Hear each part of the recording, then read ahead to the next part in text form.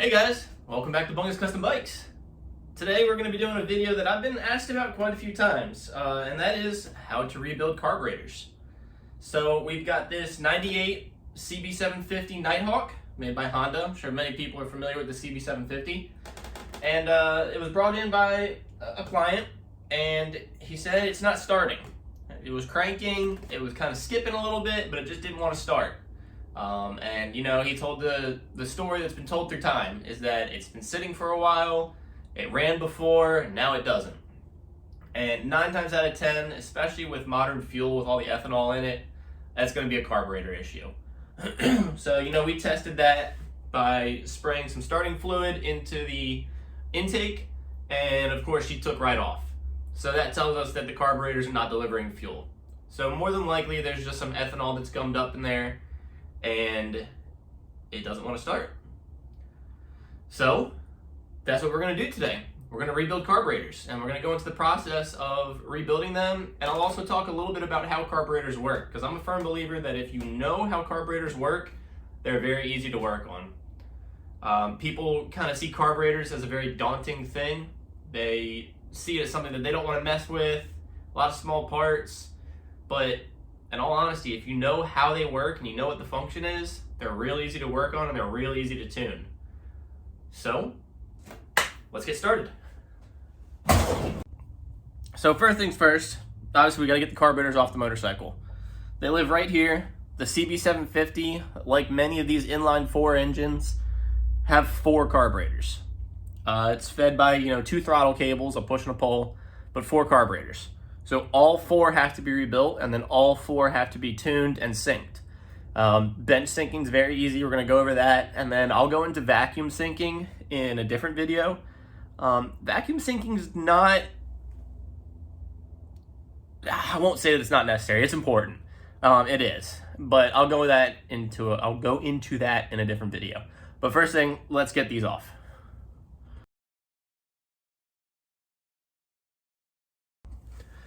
All right, we got the seat, both side covers off. We're gonna need to take the battery out. The tank's gotta come off.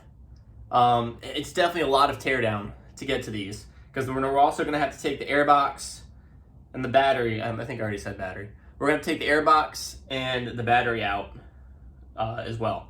So there is quite a bit that has to come off to get to these carburetors.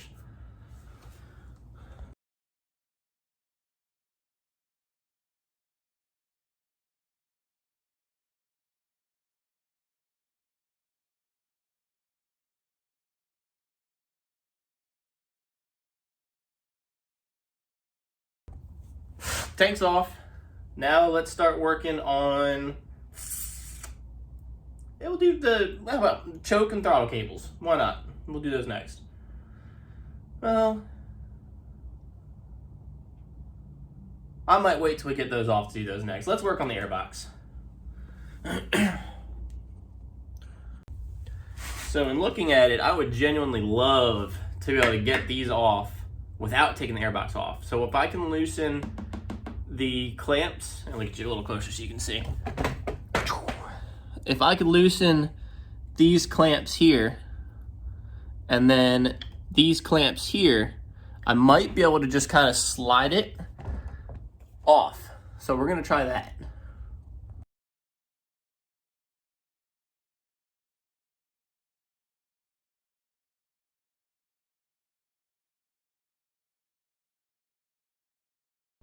Well, I was hopeful, but the rubber's too stiff. The airbox is gonna have to come off next. So we'll pull this airbox out, and then we'll be able to get the carbs off. We tried. I got this breather vent out of the way. This just goes to the crank. It's the crankcase breather. It's kind of a process getting to carbs, typically, on any kind of motorcycle. But it must be done. Let's keep moving. All right, so we got the airbox most of the way off. We got these, as you can see, they're disconnected from the carbs. And on the other side, I just took this intake just clean off. So the carbs should be free. Now they're just stuck when the actual rubber boots that go into the engine. We got the clutch line in the way. Whatever. We got the rest of the electrical connections off. The fuel line's disconnected. They should be ready to come out.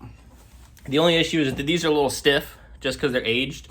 So we're just gonna kind of sit there and work them up and down as we pull them away, and they should pop right off. If this is in the way, we can take it off, but I think we're gonna be all right.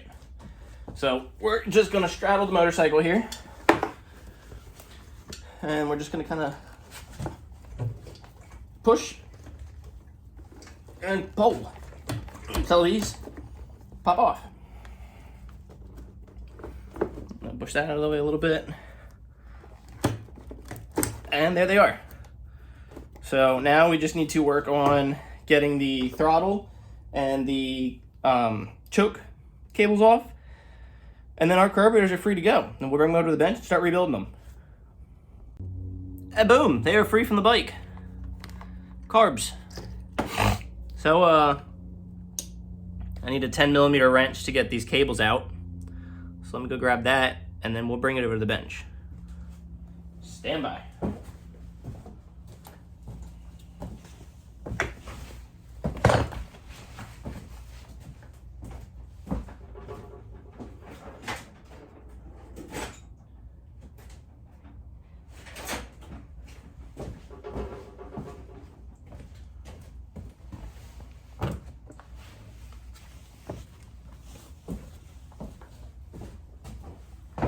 So, funny story about my 10mm wrench. As you can see, it's very bent.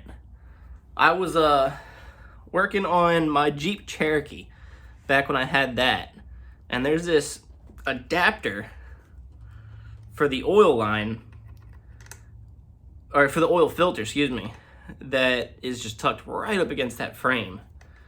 And I was trying to get this wrench on there to hold it, or to hold a Torx bit onto it, and that thing was on there so tight that I actually bent this wrench sideways.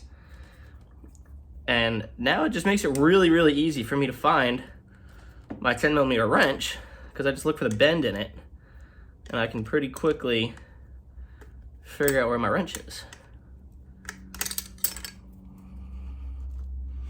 I know, kind of a pointless story, but I always thought it was funny.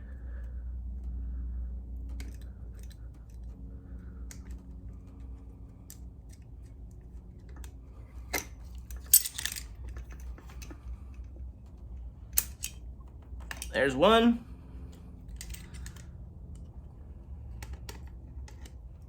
So when you're doing these, there's always going to be a set screw, and I always like to only loosen one.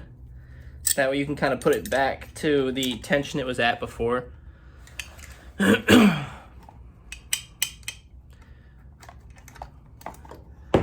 kind of a, what was that? No. Just kind of a, I won't really say a trick of the trade, as I almost knocked the motorcycle over, but just something to think about. This other one's gonna be a pain, of course. Come on, you're right there, come on.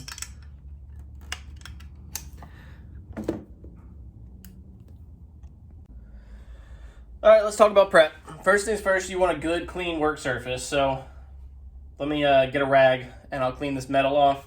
I also like to do it on something like, you see I've got my wood slats over here. I don't like to do it on that because little pieces will fall through those cracks. So I've got my metal that's bolted down to my table here. So let me move that.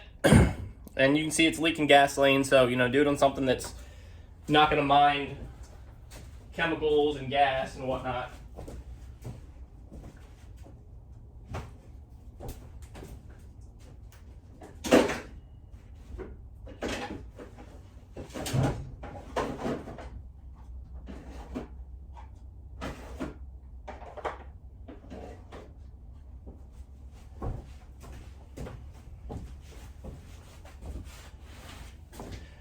I also like to have organization, so I'm going to have one bin per carburetor. I'm going to label them 1 through 4, and then I'm going to write on the carburetor somewhere inconspicuous 1 through 4. And when you do that, it's important that you label all the parts of the carburetor. So, you need to make sure that you label the bowls 1 through 4, the bodies 1 through 4, and then the caps 1 through 4. That way everything goes back to where it should be. Carburetors really are pretty easy to rebuild. It's all about organization and cleanliness and a small amount of know-how. Emphasis on small amount.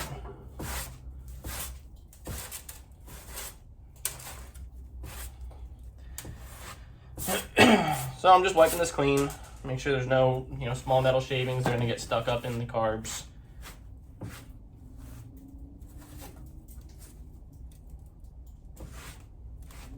All right, clean enough. Let's get to work.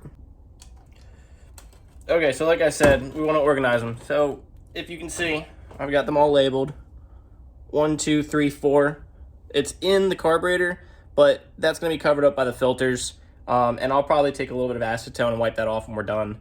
And then I've got the bowls themselves organized or labeled, and then I will label the caps once I get them off, because I'll do that on the inside.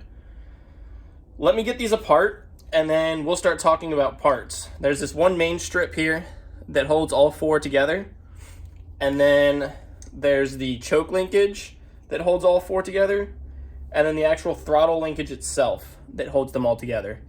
We'll go through that, and then there's another plate down here that holds them all together. We'll go through that and get them all separated. So in most instances, when you're rebuilding carbs, it's actually a pretty good idea to separate all of them. So separate 1, 2, 3, and 4, so you have 4 separate, individual carburetors. But honestly, I don't think we're going to do that with this, because everything is moving really smoothly. The choke's moving great. It appears to be working in well ordered. The throttle itself is moving good, and everything else, as far as like the jets and all the internals, we can get to without taking it apart. So I think I'm just going to do that. Instead of cracking it all open, we're going to just rebuild each one still attached. So let's get to doing that.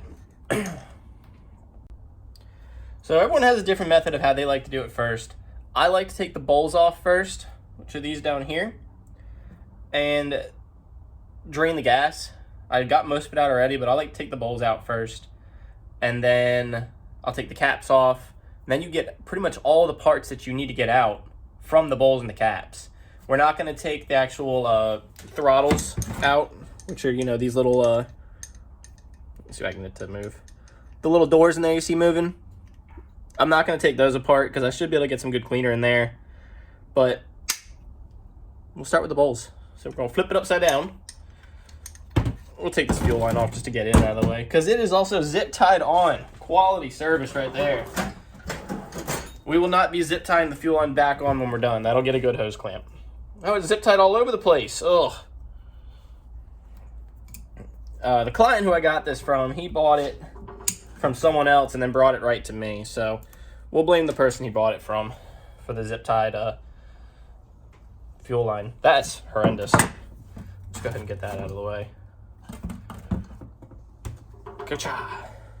Fuel line. And so the fuel line goes into this central fitting right there, that T-fitting. And that fills all 4 bowls individually off of one fuel line. Other times you'll see it where there'll be one that kind of goes into 2. So you'll have 2 fuel lines, and that'll fill carburetors 1 and 2, and then carburetors 3 and 4. Or I guess I have them labeled the other way. But either way, in this case, there's one kind of pipe that fills them all. And that's just how that works. But let's go ahead and get these opened up. Now, you want a good screwdriver when you're doing these. I know that sounds silly, but you really do want a screwdriver that's kind of designed for these carburetors. So this is a Japanese bike, and these are Mikuni carburetors. So they should be, I want to say JDM, but that's like cars. But it is a Japanese specific size. Like a standard Phillips head screwdriver is not the same size as the Japanese screws. So you want to make sure that you have a good screwdriver set. Fortunately, I do, and I do have a good Japanese screwdriver set. Otherwise, you'll be stripping all these screws out, and it'll be the biggest headache in your life.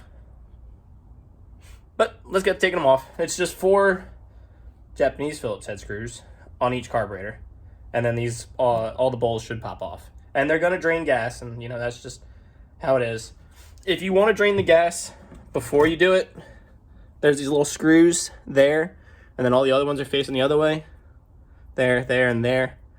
You can pop all those off, and that'll actually drain the gas, but I've gotten most of it out already. So, like I said, 4 screws, and we're going to make sure that we organize these. So this is the number 4 carburetor. So that goes in the number 4 bin.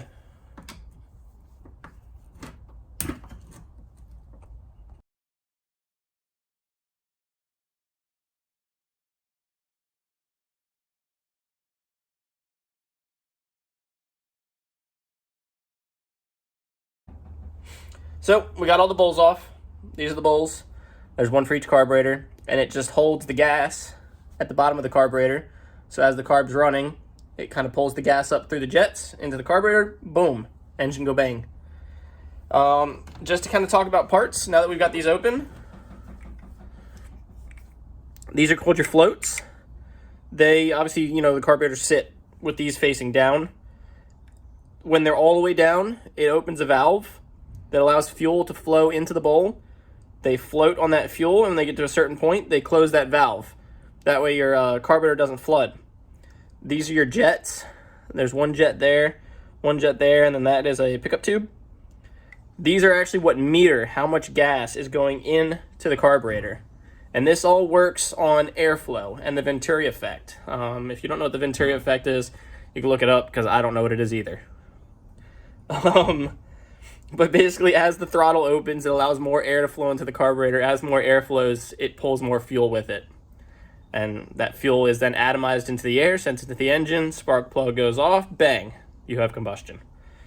As more air is going to flow into your engine, you need bigger jets to compensate. So if you put a performance exhaust on, or if you put different air filters on that flow more air, you need to compensate by doing different jet sizes. If you're going to limit the amount of air, you need to go down in jet sizes. Each bike is different in how it wants to be jetted, but that's how you tune carburetors. It's by putting those different jet sizes in there. There's also an idle air mixture screw that should be underneath this little cap right there. I don't know if you can see it, that little chrome cap. That's the mixture screw. And what that is for is actually adjusting the air fuel mixture on the carburetor. A lot of times from the factory it's set, and that's why they put a cap on it. But a lot of people replace that cap with a screw that they can actually take out, adjust it, and then put back in again. But we're going to leave it be. So the next thing we're going to do is we're going to take the float bowls out, the floats out, and we're going to take these jets out. That way we can have all this stripped, and then we'll flip it over and we'll take the caps off. So I'll let you watch me do one, and then the rest I'm just going to kind of time lapse through it. So to get the float out, there's a little pin that sits right here in these posts. Just get yourself a little poker and pop that out. And the float comes with it. And if you see, dangling from that is that little valve that I was telling you about that cuts off the fuel. And that's just sitting right there on that float. That's that little guy there. Keep in mind, there's going to be a lot of small parts. So it's good to keep up with them. I see the float bowl is pretty big, or the float's pretty big. I like to take those real small parts and put them in the bowl itself. And then, of course, we're going into our organized bins. Now, the jets come out with a flathead screwdriver. Always keep in mind, this is a delicate process. So if you're getting a lot of resistance, stop and reevaluate. Don't put all your man or woman muscle into it. As I say woman, because Bunga's Custom Bikes is all inclusive. We support the lady mechanics too.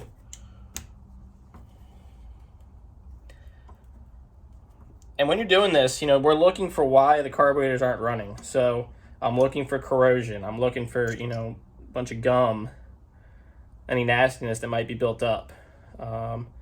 There's your jet. That's the slow jet or the idle jet. And then you're not going to be able to see it, but engraved on the side is the jet size. So this is a 35 slow jet. That's going to go into our bin. And then our main jet's going to come out.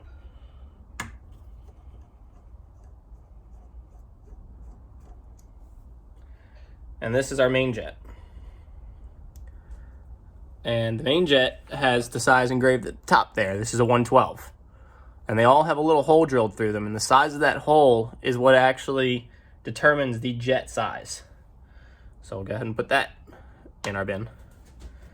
Next thing we need to get out is this little piece that the jet was sitting in. We need a little teeny tiny wrench for that. I'm gonna say maybe an 8mm. Nope. Well, I don't know if I had smaller than an 8mm. This is a 6.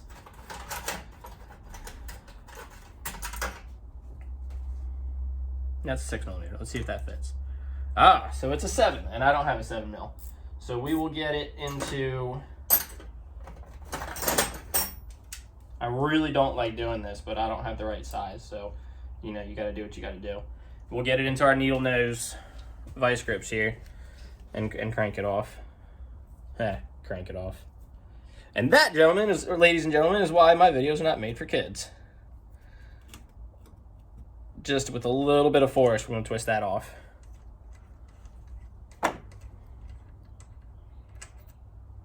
All right. And that is what the main jet sits in. So we'll put that back. Now the 2 jets are going to get replaced with our rebuild kit that's coming in the mail today. This, however, likely is not a piece that gets replaced with kits. So we'll need to make sure we clean this really well. When the kit gets here, like I said, it's supposed to be here today. When it gets here, I'll show you all the parts that are going to get replaced and all the parts that aren't. And, you know, we'll go from there. So I don't know if you're gonna be able to see it, but yeah, you can kind of see it. Sticking out right there is the needle, which is actually connected to the diaphragm. As that needle comes in and out, it's actually what's allowing the fuel to come out of the jet. So you've got the butterfly valve, that's what's controlling the air. And then as that butterfly valve opens, that air pressure forces the diaphragm up, and you'll see the diaphragm when we get to the caps. And attached to the diaphragm is the needle. And that needle is actually what's metering the fuel coming through that jet. I'll get into it. But let me get the rest of these done, and then we'll go to the caps. Okay, so we got all the bottom end torn down. As you can see, empty. Now we're going to flip it over and take the caps off. Now I'm going to give the same warning as before. Make sure you have the right screwdrivers. And this one, it's kind of important to pay attention to where things went. So on the number 2 carburetor, which we've deemed number 2, you've got the bracket for the throttle cables and the choke cable. So it's important to remember that that goes back there. So let's go ahead and get these torn down. All right, getting the last screw off now, and I'll let you see what's inside this.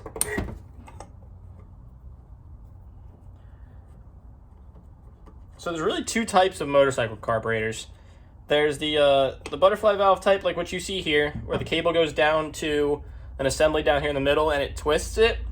Or there's another type where the throttle cable comes into the top of the carburetor, and as you pull the throttle, it pulls a slide up and down. And I'll show you what that slide looks like right now. So we take the cap off. There's this spring. And then there's the diaphragm. And you can see the diaphragm here. So this is the diaphragm. It's very important that when you're taking this apart, you don't rip or tear this. But the diaphragm comes out, and there's your needle. And then as you can see right into the heart of the carburetor there. So as the carburetor is running, there's a vacuum. And that vacuum pushes the diaphragm up with the needle. And that allows it to meter how much fuel is in it. So that's kind of how that works. Let me get the rest of these open. And most of the time, this needle can come off and come out because you can change the height of how the needle sits in the diaphragm. I believe that's probably what that little piece in there is. If you can see it, let me see if I can get enough light. There it is. That's what holds the needle in. This diaphragm doesn't appear to be in too bad of shape. Our new kit might come with a new diaphragm, and it'd be real cool if it did. But, you know, we're going to take good care of it so it doesn't happen to it. Well, the carburetors are completely stripped. You can see we've got the diaphragms and the needles and the slides out. We've got, you know, everything off this side. The bottom stripped clean. There you go, the bottom strip clean. So the next thing we want to do is we want to inspect. This is honestly one of the most important parts. So we're looking at it and we want to look for any damage, any buildup of corrosion, just anything at all that looks out of the ordinary. So we want to look at all the holes, look and see if we see any buildup of dirt, grime, grease. We're looking for cracks, just anything at all. Look real thoroughly, because after we do this, we're going to clean. So we're going to just check it out, look at everything, move everything. Anything that can be moved, move it. So the throttles, move the throttles, move the choke. This is the choke here. You can see the choke moving up and down there. Kind of go it all the way out and then drop it. Make sure it returns on its own with good spring tension. If it's binding up, that's a problem. So, we're just looking at everything. If you want to take the choke off, you can. It's just these 4 little screws. There's one there, one there, one there, one there, and then you pull that rod out. But like I said before, I don't see the need to take the choke out. It's moving good. We're still going to clean it. But right now I'm really not seeing anything that's too terribly concerning. So the next step after this is going to be to clean it. There's a couple different methods that you can use to clean it. Some people have the real fancy ultrasonic cleaners where you just dunk it in a tank, turn it on, and it'll get into everything and clean it. But I just don't do carburetors enough to justify buying one of those. So I like to use the trusty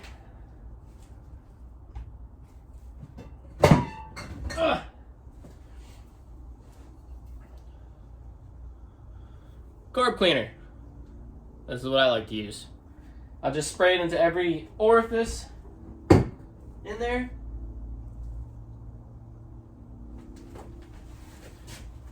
And that'll get it clean. Don't use anything that's not designed for carburetors. So don't throw brake cleaner in there. Don't throw, anything else. Only use carburetor cleaner. There's just, things are designed for certain things for a reason. So let's get to cleaning. Thought I had carb cleaner, I didn't. So I just went to the store, got some carb cleaner. As you can see, it is specifically carburetor and choke. Carburetor, choke, and throttle body cleaner. Reading it backwards. I'm not affiliated with this brand. I say that every time. But it's what I find works the best. I like using the straw because it allows you to get it into all the little tiny holes and crevices and allows it to actually kind of pump it out. I cannot stress this enough.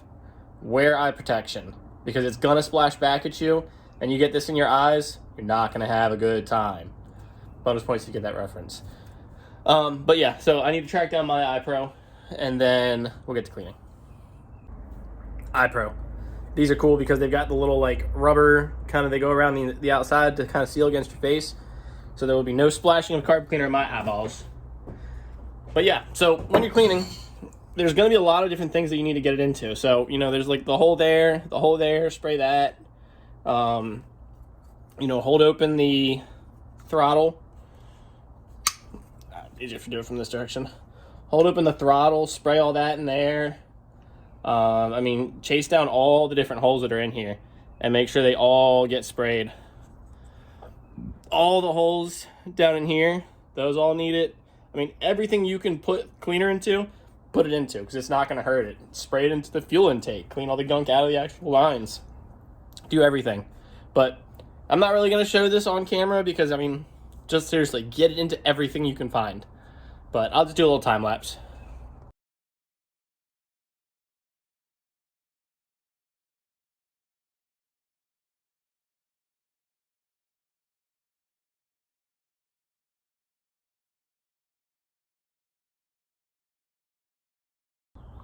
All right, she's clean. So, I like to let it sit for a while and just everything that's in all the little orifices and channels and all that, just kind of sitting there and, eat out all the grime. And then we're going to get some dry air. You need to make sure that your compressor is on an air dryer or a separator or anything like that. And then we'll blow everything out. We obviously want that to make sure that the air is dry because we don't want to be blowing water or moisture into these. So that part's important. So I apologize for breaking up the video. As I was putting this video together, it ended up being over an hour long. So this is going to conclude part 1. and the next video will be part 2, and it'll pick up right at this spot. So if you need to rewatch part of this video to remember where we are for the second video, I get it. Again, I apologize. Stay with me, stay riding.